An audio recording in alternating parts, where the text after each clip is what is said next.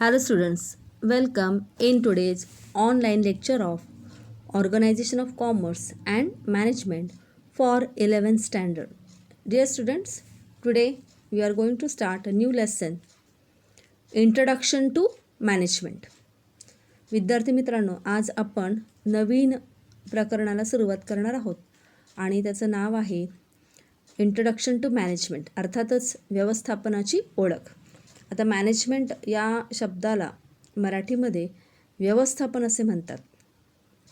तर या धड्यामध्ये आपण व्यवस्थापन म्हणजे काय आणि व्यवस्थापनाची वेगवेगळी वैशिष्ट्ये काय काय आहेत, व्यवस्थापनाचे स्तर कोणते आहेत आणि व्यवस्थापन नक्की कला आहे, एखादी ती कला आहे का, त्याच्यामागे कोणते विज्ञान आहे की तो एक प्रोफेशन आहे किंवा तो पेशा आहे, या बाबतीतसुद्धा या धड्यामध्ये आपण सविस्तर चर्चा करणार आहोत. तर आजच्या या धड्याच्या पहिल्या व्हिडिओमध्ये आपण पहिल्यांदा व्यवस्थापन म्हणजे काय, त्याच्या व्याख्या आणि त्याचे वेगवेगळे जे वैशिष्ट्य आहेत ते आपण इथं पाहणार आहोत. So students, in this lesson we are going to learn the meaning of management, definition of management, then various characteristic of management, then different levels of management, and each management is an art, science or a profession. That part also we are going to discuss in this lesson. Now first we will see the meaning and the definition of management. Actually, all of us, we are doing various activities for achieving our objectives, our daily objectives, and whatever we are performing or doing the different activities for achieving that goal, that objective of each day, all that work together is called as a management. म्हणजे अर्थातच आपण रोजच्या जीवनामध्ये सुद्धा प्रत्येकाचे काही ना काही ध्येय असतात, प्रत्येकाचं प्रत्येक दिवसाचं काही ना काही ध्येय असतं, उद्दिष्ट असतं की आज मला काय करायचं आहे किंवा मी काय ठरवून घरातून निघालेलो आहे. तर आपण रोज झोपताना उद्या आपल्याला काय करायचं आहे याचा विचार करतो आणि सकाळपासूनच आपण त्या दिशेने आपल्या दिवसाची सुरुवात करत असतो. म्हणजे अर्थातच प्रत्येकजण प्रत्येकाची स्वतःची उद्दिष्टे गाठण्यासाठी काही ना काही वेगवेगळ्या क्रिया हे करत असतात. तर ही सगळी जी कामे आहे जी आपण सहजपणे करतो, वेगवेगळ्या ज्या क्रिया आहेत ज्या आपण सहजपणे पूर्ण करत असतो, ते एकाच उद्देशासाठी ते करत असतो, ते म्हणजे आपण ठरवलेली ध्येय, आपण ठरवलेले टार्गेट्स अचीव करण्यासाठी आपण ते करत असतो. अर्थातच प्रत्येक व्यक्ती हे जे सगळी कामे ते करत असतो, ती सगळी कामं म्हणजेच आपण असं म्हणू शकतो की एक प्रकारचं त्याचं मॅनेजमेंट आहे.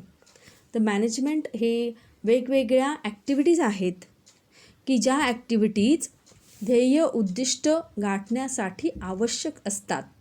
प्रत्येक व्यक्ती, प्रत्येक संस्था, कंपनी, मग ते इन्स्टिट्यूशन प्रॉफिट मेकिंग असेल किंवा सर्व्हिस ओरिएंटेड असेल, ते इन्स्टिट्यूशन लहान असेल किंवा मोठे असेल, एज्युकेशनल असेल, हॉस्पिटल असेल किंवा धार्मिक कार्यासाठी वाहून घेणारी संस्था असेल, कोणतीही संस्था असेल, त्या प्रत्येक संस्थेला किंवा एखाद्या व्यक्तीला किंवा एखाद्या उद्योजकाला काही ना काही उद्दिष्ट त्यांच्यासमोर असतात आणि ही उद्दिष्ट साध्य करण्यासाठी त्या व्यक्तीला, त्या संस्थेला वेगवेगळी कामे करावी लागतात, वेगवेगळ्या क्रिया कराव्या लागतात आणि या सर्व क्रिया किंवा कामं हे एकत्रितपणे आपण साध्या भाषेमध्ये म्हणू शकतो की ते मॅनेजमेंट आहे.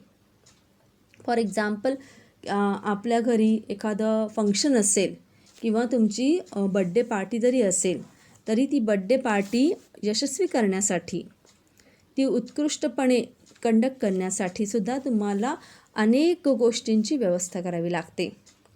वेगवेगळी कामं घरातील वेगवेगळ्या लोकांना डिवाईड करून द्यावी लागतात आणि प्रत्येक गोष्टीची पूर्तता झाली आहे की नाही हे पाहावं लागतं. आणि ज्यावेळी ॲक्च्युअल तुमचा बड्डे होतो आणि जाताना तुमचे आलेले पाहुणे, नातेवाईक, मित्रमंडळी तुम्हाला रिमार्क देतात की खूप छान व्यवस्थापन केलेलं आहे किंवा तुमची पार्टी खूप छान अरेंज झालेली आहे, हा त्यांचा रिप्लाय म्हणजेच काय, तर तुम्ही अरेंज केलेली जी सगळी कामं होती ते व्यवस्थितपणे पूर्ण झालेली आहे आणि तुम्हाला हेच अपेक्षित होतं की आपली पार्टी ही चांगली झाली पाहिजे, आपली बड्डे पार्टी चांगली झाली पाहिजे. तर लोकांनी, त्यामध्ये इन्वॉल्व झालेल्या नातेवाईकांनी, मित्रमंडळींनी हा असा शेरा दिला की आपोआपच आपल्याला त्याची पावती मिळते की आपल्या पार्टीचं मॅनेजमेंट हे चांगलं झालं होतं. तर एक साधं उदाहरण तुम्हाला दिलेलं आहे की जेणेकरून तुम्हाला मॅनेजमेंट म्हणजे काय ही कन्सेप्ट समजावी. तर अगदी सोप्या भाषेत सांगायचं म्हणजे एखादं ध्येय गाठण्यासाठी जे जे काही कामे करावी लागतात ती कामे म्हणजेच काय, तर मॅनेजमेंट. आता आपण याचा प्रॉपर मीनिंग बघूया काय दिलेलं आहे. Look at the screen. See the meaning of word management. Actually management, in the management, the English verb manage comes from the Italian word manager, which derives from the two Latin words manus, which means hand, and agree, which means to act. आता management हा शब्द कसा तयार झालेला आहे याचं थोडंसं background इथे तुम्हाला दिलेलं आहे. ते म्हणजे असं की इंग्लिश वर्ब मॅनेज हा इटालियन भाषेतील मॅनेजियर या शब्दापासून आलेला आहे आणि मॅनेजियर हा जो शब्द आहे तो लॅटिन भाषेतील 2 शब्दांपासून तयार झालेला आहे आणि तो आहे म्हणजे एक म्हणजे मॅनस म्हणजे हँड आणि ॲग्री म्हणजे टू ॲक्ट. ओके, तर ही त्याची अशी शब्दांची फोड इथे आपल्याला दिलेली आहे. थोडक्यात म्हणजे काय, तर मॅनेजमेंट हा इंग्लिश वर्ब आहे त्याचं मॅनेज आणि तो लॅटिन भाषेतील 2 शब्दांपासून आलेला आहे. एक म्हणजे मॅनस आणि दुसरा म्हणजे ॲग्री. ओके, आता जो ट्रॅडिशनल कन्सेप्ट होता मॅनेजमेंटचा तो म्हणजे काय की हाती दिलेलं काम पूर्ण करणे किंवा ते काम करण्यासाठी जे जे काही अरेंजमेंट असेल ती करणं म्हणजेच काय, तर management. See the traditional concept of management was limited to complete the activity, but in modern days the meaning and scope of management has widened meaning. The exhaustive concept of management includes various aspects of handling the activities, managing the human resources, and managing the situation. Actually, management is universal in nature. Every organization requires making timely decisions, procurement of resources like men, money, material, and method, coordination of activities, leading the people, evaluation of performance, and taking corrective actions. आता मॅनेजमेंटचे सुद्धा 2 concept आपण इथं अनुभव घेऊ शकतो. एक म्हणजे पहिलं म्हणजे आधीचं मॅनेजमेंट म्हणजे काय, तर दिलेलं काम पूर्ण करे, मग ते कसंही असेल ते पूर्ण केले म्हणजे झालं. पण आत्ताची जी मॅनेजमेंटची कन्सेप्ट आहे त्याचं जो मीनिंग आहे तो ब्रॉडली घेतला जातो. याच्यामध्ये नुसतं काम करणे या गोष्टीला महत्त्व नाही आहे, तर ते काम करत असताना सगळ्या रिसोर्सेसची प्रॉपर अरेंजमेंट करणे. मग त्याच्यामध्ये मेन आहे, मटेरियल आहे, मनी आहे, मग मेथड आहे कामाची, तर या गोष्टींनासुद्धा महत्त्व दिलेलं आहे. आणि प्रत्येक निर्णय हा वेळेवर घेणे, योग्य पद्धतीने घेणे. त्याचप्रमाणे वेगवेगळ्या ज्या संस्थांमध्ये किंवा फॅक्टरीमध्ये किंवा एखाद्या वर्कशॉपमध्ये सुद्धा ज्या वेगवेगळ्या ॲक्टिव्हिटीज परफॉर्म केल्या जातात एम्प्लॉईजतर्फे किंवा कामगारांतर्फे किंवा जे वर्कर्स असतील, स्टाफ असतील त्यांच्यातर्फे, तर यांच्या ॲक्टिव्हिटीजमध्ये कोऑर्डिनेशन क्रिएट करायचं. त्याचप्रमाणे लोकांना मोटिवेट करायचं. जे कामगार असतील किंवा स्टाफ असेल, एम्प्लॉईज असतील, त्यांच्या परफॉर्मन्सचं इव्हॅल्युएशन करायचं आणि ते जर कुठे काही चुकत असतील तर करेक्टिव्ह ॲक्शनसुद्धा घ्यायची. तर या सगळ्याचा समावेश मॉडर्न मॅनेजमेंटच्या कन्सेप्टमध्ये झालेला आहे. तर हा आपल्याला एक विशेष बदल इथे दिसून येतो. Now we will see some definition of management. There are 3-4 definitions in your textbook, but here I have given preference to 2 definition only. See the first one. It is given by Mary Parker Follett. According to Mary Parker, management is an art of getting things done through others.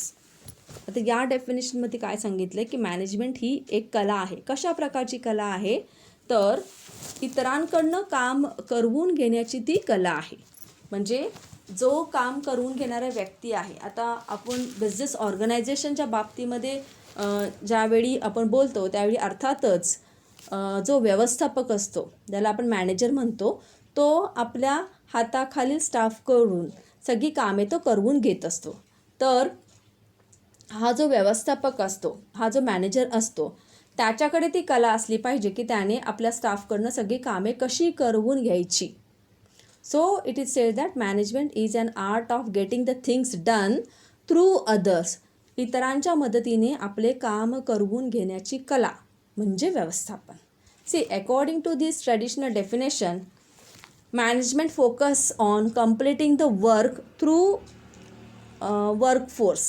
However, management of other resources such as material, machine, etc. has not been considered in detail in this definition. म्हणजे नुसतं काम पूर्ण करण्याकडे या डेफिनेशनचा जास्त आपल्याला impact दिसतो.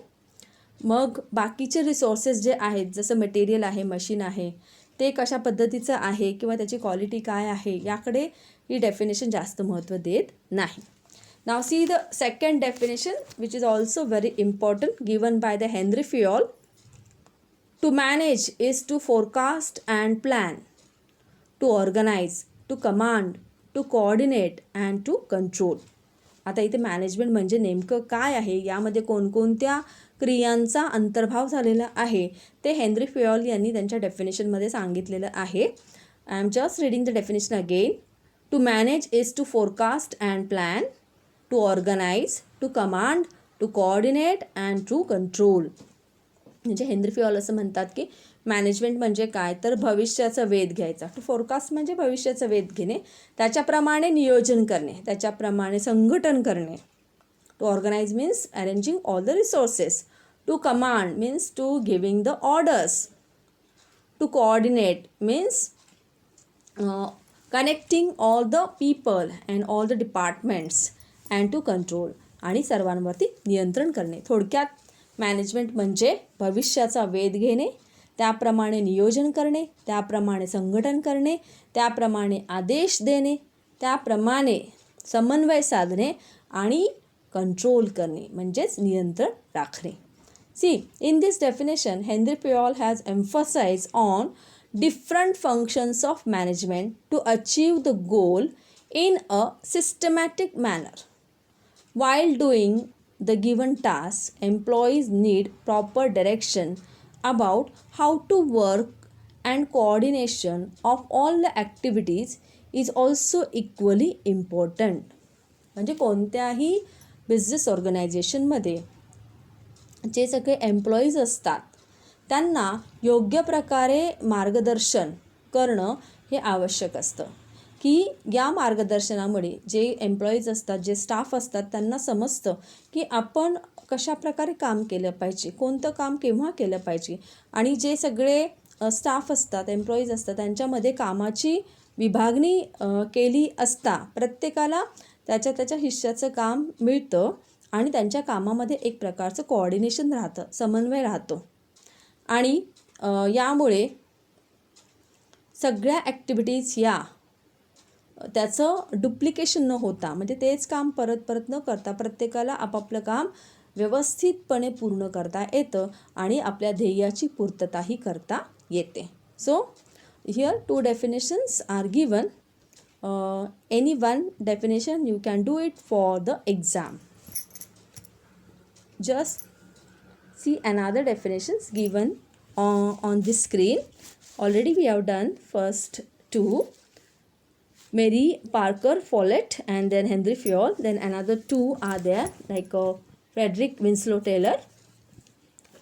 According to him, management is knowing exactly what is to be done and seeing that it is done in the best possible manner.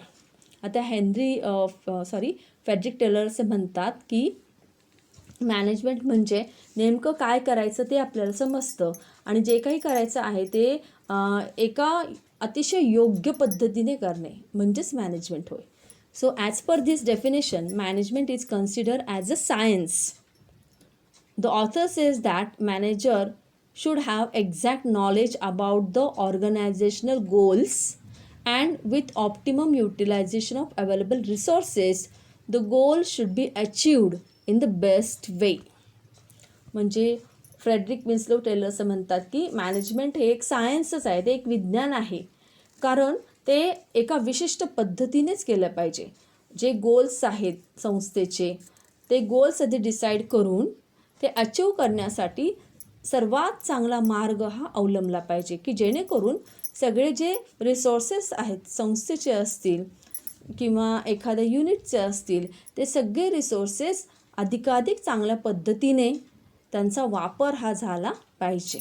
Okay, now see the last definition given by George Terry. Management is the process consisting of planning, organising, actuating and controlling, performed to determine and accomplish the objectives by the use of people and resources. Okay, so all these are the different opinions and definitions given by the experts. In conclusion, we can say that the definition considers that management is the synchronization of all functions with the help of utilization of all available resources efficiently and achieving the desired goal. The role of manager is to plan, to organize the resources, to implement and to control the employees. म्हणजे प्रत्येक जे expert आहेत त्यांचे opinions हे वेगवेगळे आहेत, तरीसुद्धा आपल्याला शेवटी असं म्हणता येईल की मॅनेजमेंट म्हणजे काय, तर मॅनेजमेंट चांगल्या पद्धतीने मॅनेजमेंट करत असताना व्यवस्थापकाचा म्हणजेच मॅनेजरचा रोल हा खूप महत्त्वाचा असतो. मॅनेजरला व्यवस्थित प्लॅनिंग करावी लागते, त्यानंतर ऑर्गनायझेशन ऑफ रिसोर्सेस करावं लागतं, त्याला जो काही प्लॅन त्याने केलेला आहे तो प्रॉपरली इम्प्लिमेंट करावा लागतो आणि शेवटी सर्व जे एम्प्लॉईज आहे त्यांच्यावरती नियंत्रण ठेवावं लागतं, त्यांच्यावरती कंट्रोल हा ठेवावा लागतो. त्यानंतरच ध्येयाची प्राप्तीही होऊ शकते आणि त्या बिझनेस ऑर्गनायझेशनला सक्सेस हा मिळू शकतो. Now some characteristic we are going to study now. There are 7 characteristics of management.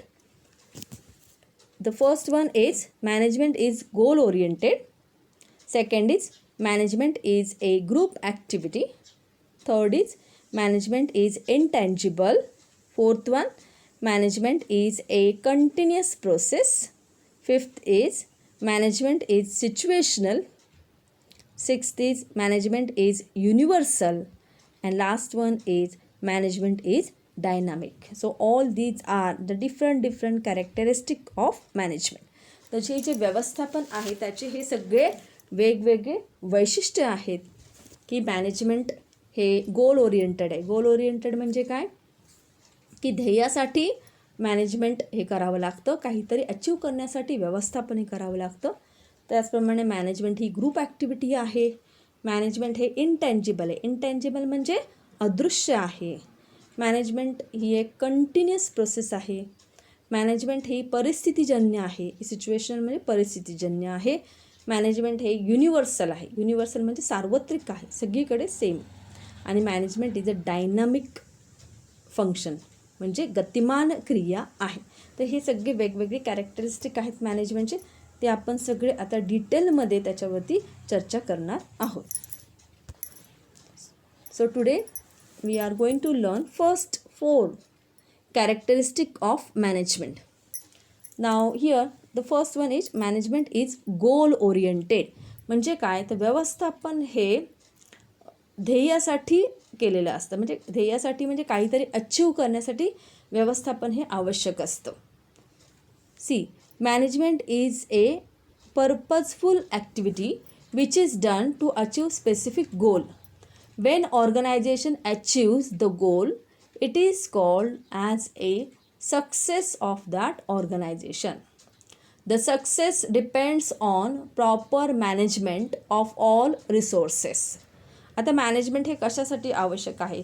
काहीतरी तुम्हाला अचीव करायचं असेल तर तुम्हाला आपल्या वेळेचं, आपल्या रिसोर्सेसचं योग्यपणे व्यवस्थापन करावं लागतं. म्हणजेच तुम्हाला ते मॅनेज करावं लागतं. फॉर एक्झाम्पल, एखाद्या टीमला मॅच जर जिंकायची असेल, फॉर एक्झाम्पल क्रिकेट टीम घेऊया आपण, क्रिकेट टीमला मॅच जिंकायची असेल तर त्यांना प्रॉपर आपलं ध्येय ठरवावं लागतं आणि त्यानुसार सगळी प्लॅनिंग ही करावी लागते की बॉलरची काय स्ट्रॅटेजी असणार आहे, बॅट्समॅनची काय स्ट्रॅटेजी असणार आहे, फिल्डरची काय स्ट्रॅटेजी असणार आहे, ही त्यांना आखावी लागते आणि त्यानंतरच ते काय करू शकतात की ती मॅच ते जिंकण्याचा आटोकाट प्रयत्न करू शकतात. म्हणजे काहीतरी त्यांना एम आपल्या डोळ्यासमोर ठेवावं लागतं.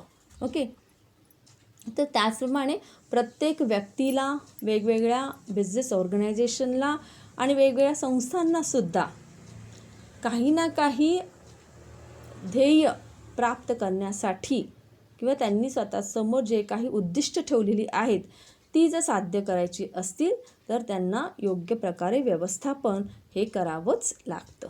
Okay, so it is said that management is a goal oriented activity. Then see the second one, management is a group activity. See, management is done for coordination of all resources effectively and efficiently. The activities are done by a team or a group under the guidance of a manager. We have seen this in the definition of management that management means getting things done through the others as well as the decisions are taken by the group. म्हणजे management ही एक group activity आहे, म्हणजे सांघिक क्रिया आहे. सगळ्यांनी एकत्र येऊन करण्याची ती एक क्रिया आहे. कोणत्याही एक व्यक्ती, जसं एखाद्या मोठ्या संस्थेमध्ये किंवा एखाद्या घरामध्ये सुद्धा एक व्यक्तीच सगळी कामे करू शकत नाही. सगळ्यांनी एका उद्दिष्टाच्या ध्येयासाठी एकत्र येऊन सामंजस्याने एकमेकांना मदत करून जर सगळी कामे केली, जर सगळं क्रिया केल्या तर ती संस्था किंवा ते घरसुद्धा आपली उद्दिष्ट हे गाठू शकतात. तर त्यांचं व्यवस्थापन हे योग्य पद्धतीने होऊ शकतं. म्हणून असे म्हणलेले आहे की management is a group activity. Again you take the example of cricket team. In a cricket team all the bowlers, then batsmen, fielders, all these players of that team, all of them have to give their best for winning the match. Otherwise, just the good performance of bowler is not enough for winning the match. म्हणजे नुसतं बॉलरने चांगला performance केला आहे म्हणून match आपण जिंकूच शकतो असं नाही. तर बॉलरने त्यांची एक साईड सांभाळली असेल तर त्या टीमच्या बॅट्समॅनने सुद्धा त्यांचं काम हे व्यवस्थितच केलं पाहिजे. फिल्डर्सने सुद्धा त्यांचं काम चोखपणे केलं पाहिजे. जेव्हा सगळेजण एकत्र मिळून काम करतील तेव्हाच त्या टीमला आपलं ध्येय हे यशस्वीपणे गाठता येणं शक्य आहे. म्हणून मॅनेजमेंटला म्हणलेलं आहे की ती एक ग्रुप ॲक्टिव्हिटी आहे. एकाचेच एफर्ट्स हे इनफ नाही आहेत. Now the third is management is intangible. Management is not a separate function of organisation. These are the collective efforts of management or group leader. Management is a continuously working on synchronization of planning, organizing, decision making, directing and controlling, which cannot be seen physically. However, the result of best management can be experienced in the form of increased profit, smooth functioning of the organization, achievement of the desire goal etcetera. आता management हे intangible आहे. Intangible म्हणजे अदृश्य क्रिया आहे, ती आपल्याला अशी दिसत नाही. फिजिकल फॉर्ममध्ये मॅनेजमेंट असं आपल्याला कुठेही दिसणार नाही. मग मॅनेजमेंट आपल्याला कसं जाणवतं, तर proper planning, organising, decision making, directing आणि कंट्रोलिंग हे जर चांगल्या प्रकारे केलं तर आपोआपच त्या संस्थेचं मॅनेजमेंट हे चांगलं होणार आहे किंवा दिसणार आहे. फॉर एक्झाम्पल, एखाद्या बिझनेस ऑर्गनायझेशनचं मॅनेजमेंट हे बेस्ट आहे हे आपल्याला कसं अनुभवता येतं, तर अर्थातच त्या संस्थेला जेव्हा जास्त फायदा होतो, प्रॉफिट त्यांना जास्त मिळतो, त्या संस्थेमध्ये सगळी जी त्यांची कामं आहेत ते विना अडथळा पूर्ण होत असतात. आणि ज्या संस्थेमध्ये किंवा ज्या फॅक्टरीमध्ये, वर्कशॉपमध्ये, संघटनेमध्ये कर्मचारी आणि त्यांचं जे व्यवस्थापन मंडळ आहे यांच्यामध्ये कसलीही तक्रार नसते, भांडणं नसतात, तिकडचे कर्मचारी अगदी आनंदाने काम करत असतात, तर असं जेव्हा वातावरण एखाद्या संस्थेमध्ये असेल तर आपण म्हणू शकतो की त्यांचं मॅनेजमेंट हे कसं आहे, द बेस्ट आहे. म्हणजे अशा प्रकारे आपल्याला चांगल्या व्यवस्थापनाची प्रचिती ही त्या संस्थेला मिळालेला नफा, त्यानंतर त्यांची जी रोजची कामं आहेत ती अगदी विनाअडथळा पूर्ण होणे आणि सगळे जे त्यांचे घटक आहेत ते आनंदाने जेव्हा काम करत असतात तेव्हा आपण अर्थातच म्हणू शकतो की त्या संस्थेचं, त्या बिझनेस ऑर्गनायझेशनचं मॅनेजमेंट हे अतिशय योग्य पद्धतीने होत आहे. Okay, now the fourth point, management is A continuous process. See, continuity is an integral part of management. It is essential throughout the life of organization. Management is necessary to begin the activity, to run the activity smoothly, and to control the activity. This is never-ending process. Just like breath is essential to survive, management is essential for the survival of the organization. आता विद्यार्थी मित्रांनो, व्यवस्थापन ही एक अशी क्रिया आहे की जी सतत चालणारी प्रक्रिया आहे, की जी एंडलेस आहे, त्याला कुठेही शेवट नाही. म्हणजे आपण असं म्हणू शकतो की ज्या दिवशी बिझनेस बंद होतो त्या दिवशीच मॅनेजमेंट हे थांबू शकतं. अदरवाईज जोपर्यंत जसं आपल्याला जगण्यासाठी श्वासाची गरज आहे त्याचप्रमाणे एखाद्या बिझनेस ऑर्गनायझेशनला सर्वाईव्ह होण्यासाठी, ती चालू राहण्यासाठी योग्य अशा व्यवस्थापनाची सुद्धा तिला गरज आहे, आवश्यकता आहे. म्हणून मॅनेजमेंटला ती एक कंटिन्युअस प्रोसेस आहे असे म्हणलेलं आहे. ते त्याचं वैशिष्ट्य आहे. जोपर्यंत उद्दिष्ट गाठण्यासाठी कुठेही शेवट नाही तोपर्यंत मॅनेजमेंटला सुद्धा शेवट नाही. म्हणून असे म्हणतात की व्यवस्थापन ही एक कंटिन्युअस चालणारी प्रक्रिया आहे आणि त्यामुळेच आत्ताच्या या कॉम्पिटिटिव्ह मार्केटमध्ये प्रत्येक बिझनेस ऑर्गनायझेशनला इतर ज्यांचे कॉम्पिटिटर्स आहे त्यांच्याशी यशस्वीपणे तोंड देता येते. So due to the proper management only it is possible for the business organisation to compete with their competitors and to maintain the high standard of the product. And now due to the best management policy it is possible for the business organization to enter in international market also. So that's why it is said that management is a continuous process for the survival of the business. Dear students, I hope today you have understood the meaning of management, then some definition of management, and these 4 characteristics of management. Remaining part we will continue in our next lecture. Till then, take care, be happy, and goodbye students. Thank you.